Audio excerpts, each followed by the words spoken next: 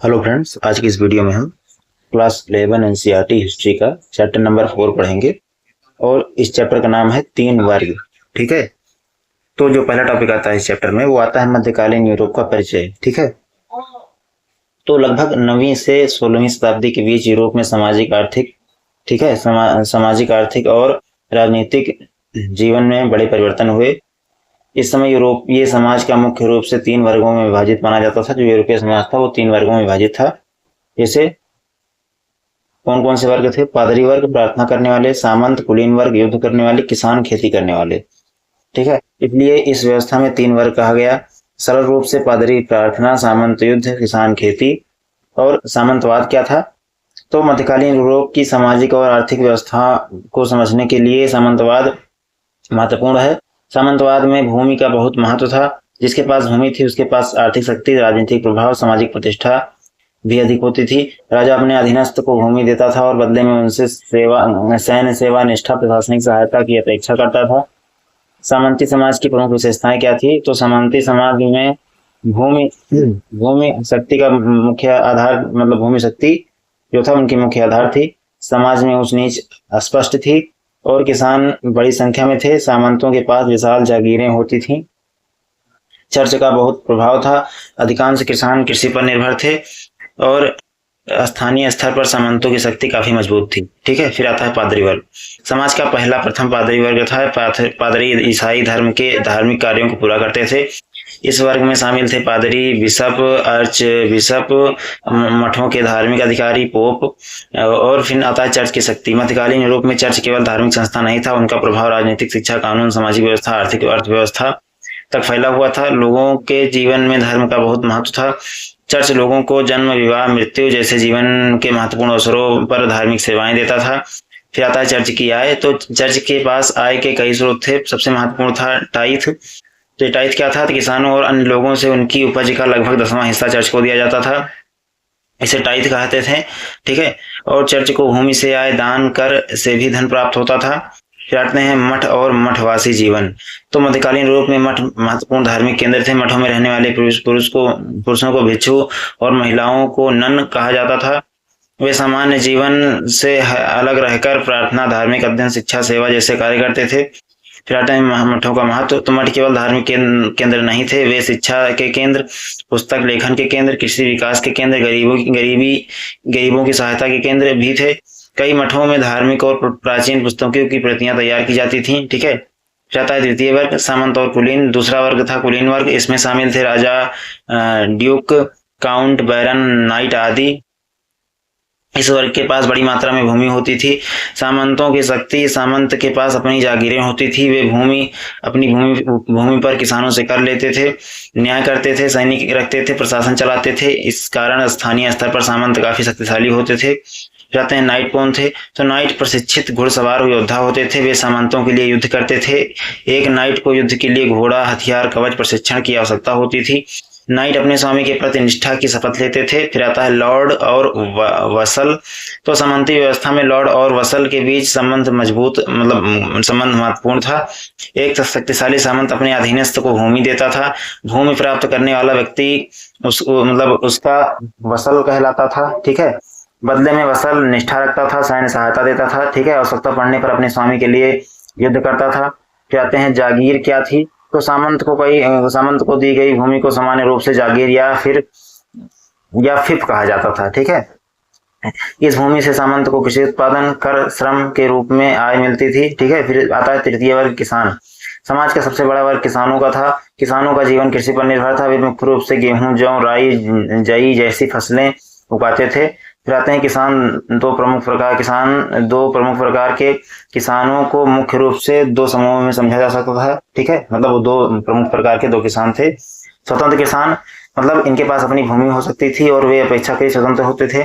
फिर आता है सर्फ। तो सर्फ किसान सामंत की भूमि से बंधे होते थे। वे अपनी इच्छा से आसानी से दूसरी जगह नहीं जा सकते थे। ठीक है, रहते हैं सर्फों की स्थिति। तो सर्फ स्वतंत्र व्यक्ति नहीं थे, लेकिन वे पूरी तरह गुलाम भी नहीं थे। वे सामंत की भूमि पर काम करते थे। उन्हें सामंत के लिए खेतों में काम कर देना, विभिन्न सेवाएं करना पड़ता था। ठीक है, उनके जीवन का बड़ा हिस्सा सामंती जागीर से जुड़ा होता था। फिर आते हैं मनोर प्रणाली। तो मध्यकालीन यूरोप में ग्रामीण अर्थव्यवस्था में मनोर महत्वपूर्ण था। मनोर एक बड़ी कृषि जागीर होती थी। इसमें शामिल हो सकते थे सामंत का निवास, किसान के घर, खेत, चारागाह, जंगल और चर्च, मिल, अन्य आवश्यक सुविधाएं। ठीक है, कहते हैं मनोर काफी हद तक आत्मनिर्भर हो सकता था। मनोर का संगठन, मनोर की भूमि समानता दो भागों में समझी जा सकती थी। डोमेन, ठीक है, डेमेन क्या था, तो यह भूमि सीधे सामंत के नियंत्रण में होती थी। किसानों को यहाँ सामंत के लिए काम करना पड़ता था। किसानों को खेती के लिए भूमि के हिस्से दिए जाते थे। वे उस भूमि पर खेती करके अपना परिवार पालन पोषण करते थे और सामंत को विभिन्न प्रकार के कर या सेवाएं मतलब देते थे। फिर आता है किसानों का दायित्व। तो किसानों को सामंत के प्रति अनेक प्रकार के दायित्व निभाने पड़ते थे। उन्हें खेती से श्रम करना, उपज का हिस्सा देना, कर देना, ठीक है, और मिल और भट्टी जैसी सामंती सुविधाओं के लिए उपयोग के लिए शुल्क देना पड़ सकता था। फिर आते हैं 3 वर्गों का आपसी संबंध। मध्यकालीन यूरोप में 3 वर्ग एक दूसरे से जुड़े हुए थे। पादरी धार्मिक सेवाएं देते थे, सामंत भूमि और सैन्य शक्ति पर नियंत्रण रखते थे, किसान कृषि उत्पादन करते थे। इस प्रकार किसान उत्पादन करते थे, सामंत और चर्च को कर उपज देते थे। धार्मिक सेवाएं जो है चर्च देता था और सामंत सुरक्षा तथा प्रशासन से जुड़ा था। ठीक है, फिर आता है कृषि में परिवर्तन। तो समय के साथ यूरोप में कृषि तकनीक में सुधार हुआ। महत्वपूर्ण परिवर्तन थे भारी हल का प्रयोग, घोड़े के उपयोग में वृद्धि, 3 खेत प्रणाली, बेहतर कृषि तकनीक, नई भूमि को कृषि योग्य बनाना। इन परिवर्तनों से कृषि उत्पादन बढ़ने लगा। ठीक है, फिर आते हैं 3 खेत प्रणाली। तो 3 खेत प्रणाली कृषि में एक महत्वपूर्ण परिवर्तन था। भूमि को 3 भागों में बांटा जाता था। उदाहरण के लिए एक भाग शीतकालीन फसल, दूसरे में वसंतकालीन फसल, तीसरा भाग कुछ समय के लिए खेती। इसके अलावा अगले वर्ष इनका उपयोग बदल दिया जाता था। इससे भूमि की उर्वरता बनाए रखने में सहायता मिलती थी। फिर आता है भारी हल। तो उत्तरी यूरोप के कठोर मिट्टी को जोतने के लिए भारी लोहे का हल उपयोगी था। इससे गहरी जुताई संभव हुई, कृषि उत्पादन बढ़ा, अधिक भूमि खेती के लिए उपयुक्त की जा सकी।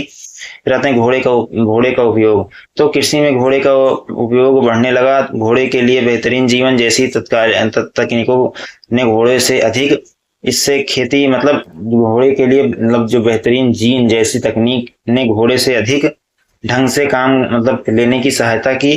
घोड़े से अधिक ढंग से काम लेने में सहायता की। इससे खेती और परिवहन दोनों में सुधार हुआ। फिर आते हैं जंगलों की कटाई। तो यूरोप की जनसंख्या बढ़ने के साथ साथ कृषि भूमि की आवश्यकता भी बढ़ी, इसलिए जंगल काटे गए, दलदली भूमि को उपयोगी बनाया गया, नई बस्तियां बसाई गईं और इस प्रक्रिया से कृषि क्षेत्र का विस्तार भी हुआ।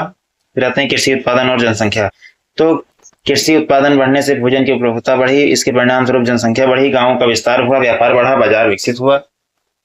ठीक है, बाजार विकसित हुआ। इसके साथ यह परिवर्तन आगे चलकर यूरोपीय नगरों के विकास में महत्वपूर्ण रहा। ठीक है, फिर आता है नगरों का विकास। तो लगभग 11वीं शताब्दी के बाद यूरोप में नगरों का विकास तेजी से हुआ। नगरों में व्यापारी, कारीगर, दुकानदार, बैंकिंग और वित्त से जुड़े लोग रहने लगे। फिर आते हैं नगरों में नए सामाजिक समूह। तो नगरों के विकास से एक नया सामाजिक समूह उभरा, मध्यम वर्ग। ठीक है, इससे व्यापारी, दस्तकार, दुकानदार, साहूकार, इसमें जैसे लोग शामिल थे। यह समूह धीरे धीरे आर्थिक रूप से शक्तिशाली बनने लगा। फिर आते हैं गिल्ड। तो नगरों में कारीगर, व्यापारी और अक्सर गिल्ड बनाते थे। ठीक है, गिल्ड का उद्देश्य था व्यवसाय को नियंत्रित करना, वस्तुओं की गुणवत्ता बनाए रखना, कीमतों और उत्पादनों के नियम तय करना, सदस्यों के हितों की रक्षा करना। रहता है व्यापार का विस्तार। तो नगरों के विकास के साथ साथ व्यापार बढ़ने लगा। स्थानीय और दूरस्थ बाजारों के बीच संपर्क बढ़ा। व्यापारी कपड़ा, मसाले, धातु, नमक, अनाज जैसी वस्तुओं का व्यापार करते थे। ठीक है, आते हैं सामंतवाद में परिवर्तन। तो समय के साथ सामंती व्यवस्था में परिवर्तन आने लगे। इसके कारण थे नगरों का विकास, व्यापार में वृद्धि, मुद्रा और अर्थव्यवस्था का विस्तार, किसानों की स्थिति में परिवर्तन, जनसंख्या वृद्धि, सामंतों और राजाओं के बीच शक्ति का बदलना। ठीक है, बदलता संतुलन। फिर आते हैं किसानों की स्थिति में बदलाव। तो व्यापार और मुद्रा अर्थव्यवस्था के बढ़ने के कई कारण कई किसान धीरे धीरे अपनी सेवाओं और करों को नगद भुगतान में बदलने लगे। ठीक है, जैसे कुछ किसान स्वतंत्र हुए, जमीन खरीदने लगे, बाजार के लिए उत्पादन करने लगे। इससे पुराने सामंती संबंध धीरे धीरे कमजोर होने लगे। फिर आता है 14वीं शताब्दी का संकट। तो 14वीं शताब्दी में यूरोप को कई भारी समस्याओं का सामना करना पड़ा। इन्हें अकाल, युद्ध, महामारी, जनसंख्या में गिरावट शामिल थे। ठीक है, तो फिर आता है ब्लैक डेथ। तो 14वीं शताब्दी में यूरोप में एक भयंकर महामारी फैली जिसे ब्लैक डेथ कहा जाता है। इस महामारी के कारण यूरोप में की बहुत बड़ी आबादी जो यूरोप की बहुत बड़ी आबादी थी उसकी मृत्यु हो गई। इसके परिणाम स्वरूप श्रमिकों की संख्या कम हुई, मजदूरी बढ़ी और खेती प्रभावित हुई। सामंतों को श्रमिक की कमी का सामना करना पड़ा। फिर आते हैं किसानों के विद्रोह। तो सामंत द्वारा किसानों पर लगाए गए दबाव और करों के कारण कई स्थानों पर किसानों ने विद्रोह किए। इंग्लैंड में 1381 का किसान विद्रोह महत्वपूर्ण था। इसमें किसानों और श्रमिकों ने अपनी शिकायतों को लेकर विद्रोह किया। फिर आते हैं सामंतवाद का कमजोर होना। तो समय के साथ नगरों की शक्ति बढ़ी, व्यापारियों का प्रभाव बढ़ा, किसानों की स्थिति में परिवर्तन हुआ, राजाओं की केंद्रीय शक्ति मजबूत हुई। इन कारणों से सामंती व्यवस्था धीरे धीरे कमजोर होने लगी। फिर आते हैं राजतंत्र का उदय। तो मध्यकाल के अंतिम चरण में यूरोप में कई राजाओं ने अपनी शक्ति मजबूत की। राजाओं ने अस्थायी सेना बनाई कर व्यवस्था विकसित की, प्रशासन को केंद्रीकृत किया, सामंतों की स्वतंत्र शक्ति को सीमित किया। इससे आधुनिक राज्य व्यवस्था के विकास की नींव पड़ी। ठीक है। फिर आते हैं इस चैप्टर से महत्वपूर्ण शब्द जैसे कि 3 वर्ग। तो मध्यकालीन यूरोप के समाज के 3 प्रमुख वर्ग, पादरी, सामंत और किसान। पादरी ईसाई धर्म से संबंधित धार्मिक अधिकारी, सामंत भूमि और राजनीतिक सैन्य शक्ति रखने वाला कुलीन व्यक्ति। फिर आता है नाइट, तो प्रशिक्षित घुड़सवार योद्धा। वसल, किसी शक्तिशाली सामंत के अधीन रहने वाला व्यक्ति जो बदले में सेवा करता था। ठीक है।